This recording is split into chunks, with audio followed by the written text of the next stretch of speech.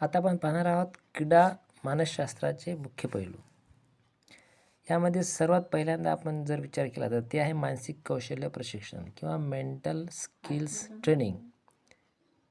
तर यामध्ये दृश्यांकन, सकारात्मक आत्मसंभाषण आणि उद्दिष्ट निश्चिती यांचा समावेश होतो. त्यालाच आपण व्हिज्युअलायझेशन, पॉझिटिव्ह सेल्फ टॉक किंवा गोल सेटिंग असं म्हणतो. आणि याचा फायदा असा होता की खेळाडूंची मानसिक स्थिती शांत राहण्यास मदत होते. त्यानंतर दुसरा पैलू आहे कार्यप्रदर्शन वाढवणे.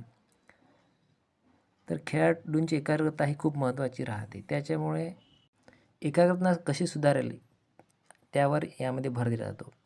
आणि भीती किंवा चिंता असेल तर ती कमी करून मैदानावरील कामगिरी वाढवण्यावर भर दिला जातो. नंतर तिसरा पैलू आहे मानसिक आरोग्य.